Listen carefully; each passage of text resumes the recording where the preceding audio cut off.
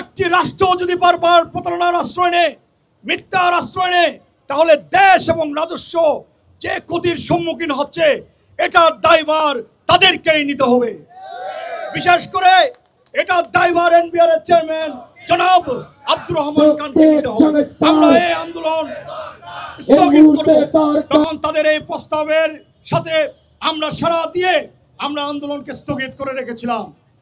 যখন ঈদের পর এনবিআর চেয়ারম্যান সেই মাফিয়া ডনের মতো আর্মি, র্যাব, বিজেপি নিয়ে এনবিআর এ প্রবেশ করলেন, তখনও আমাদের একটা প্রত্যাশা ছিল এনবিআর চেয়ারম্যান আব্দুর রহমান খান উনি নমনীয় সহযোগিতামূলক মনোভাব আমাদের সাথে রাখবেন।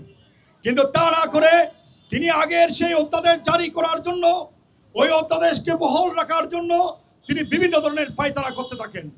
আমাদের অফিসারদের মাঝে ভয় ভীতি, বিভিন্ন ধরনের দমন নিপীড়নের কার্যক্রম তিনি পরিচালনা করেন। এক পর্যায়ে আমরা এনবিআর এর ভিতরে যে সুশৃঙ্খল আন্দোলন করতেছিলাম সেটা ল এনফোর্সিং এজেন্সির মাধ্যমে আমাদেরকে এনবিআর এর বাহিরে নিয়ে আসে। এই জন্য আমরা নিজ গৃহে পরবাসী হয়ে গেলাম।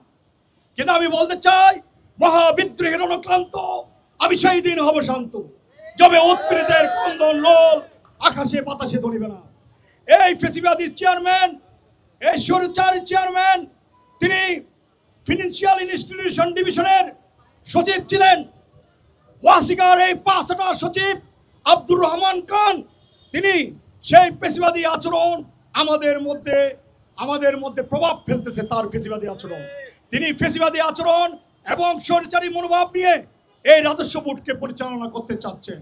তিনি বারবার মিথ্যা এবং চলনার আশ্রয় নিয়ে একদিকে যখন উপদেষ্টা মহোদয়দেরকে ভুল বুঝাচ্ছেন, অন্যদিকে আমাদের সাথে বারংবার তিনি প্রতারণা করছেন, যার ফলশ্রুতিতে আমাদের উপদেষ্টা মহোদয় এবং প্রধান উপদেষ্টা মহোদয়ের মাঝে এবং ঐক্য পরিষদের মাঝে একটা দূরত্ব সৃষ্টি করে রেখেছেন। সুতরাং আমরা একটাই দাবি, তার অপসারণ ব্যতীত এই অচল অবস্থার অপসারণ হবে না। এই অচল অবস্থা নিরসন করতে হলে তার অপসারণ আগে করতে হবে, এটাই আমাদের মূল দাবি। দফা এক, দাবি এক, দফা এক, দাবি এক।